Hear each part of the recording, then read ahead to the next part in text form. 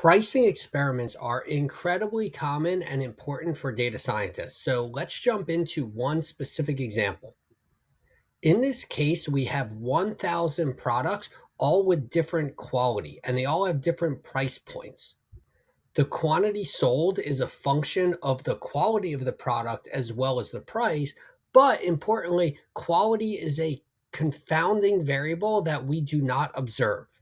Now, importantly, we generate the data so we know the exact relationship. Specifically, we put this in so that the log of the quantity sold is a function of the quality, 2 times the log quality minus 0.5 times the natural log of the price. Now, a lot of times we use log because in regressions, the coefficient would be interpreted as a percentage change in the price would relate to a percentage change in the quantity. Now, in this case, we assume we are unable to randomize users, but we are able to randomize the products as to which products will get a discount.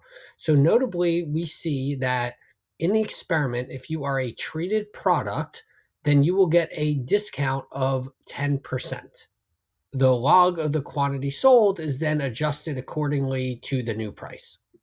Now, in general, we're not going to observe quality, but to show you that this is working, you can see when we run a regression of the log of quantity sold on the log of quality and the treated dummy, we see the impact of being treated is plus 0.05.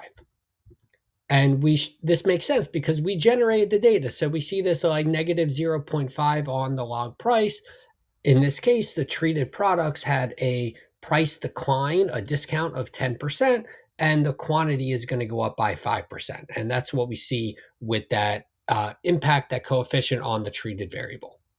But remember, in the real world, we're not actually going to have access to that quality variable. And so if we run the exact same, if we generate the exact same data, but run this now as if we had just a normal experiment, this would be basically a t-test between two groups. And we looked at the log of the quantity sold just against the treated. Here we get the wrong result. In this case, we would see the 10% discount looks like it generated a nearly 12% increase in the quantity, but we know that's not true because we generated the data so that it should only be a 5% increase, not 11.8. So this is really important. Even though we randomized 1,000 products into a treated and control group, and half of those products received a 10% discount because of the confounding variable, simply comparing the treated versus the control group, the quantity sold is biased. So one way we can get around this is if we have data on the quantity sold of the treated products or of all the products in the pre-period. So before the experiment happened, we can set up a difference in differences. And now here we run the general difference in differences. There's only 2 periods is why the post variable basically drops out with the intercept. But the main variable of interest is treated times post. And again, we get back that 0.05 estimate. For a 10% discount, we see a 5% increase in the quantity sold. Now, notably here is that this is actually not statistically significant. And so what can we do to improve the precision of these results and get at statistical significance? So what I do here is now I rerun this regression, but instead of the treated dummy, I have fixed effects for each one of the products. I -1 to get rid of the intercept term, and we'll see that the result is going to be very similar, but more precise.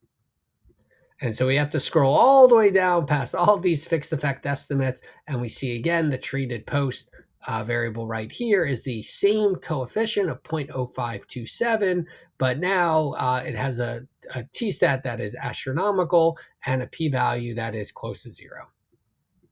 So even though we had this confounding variable that is unobserved of quality, by including the pre-treatment period and running this as a difference in difference, we're still able to get back the appropriate elasticity.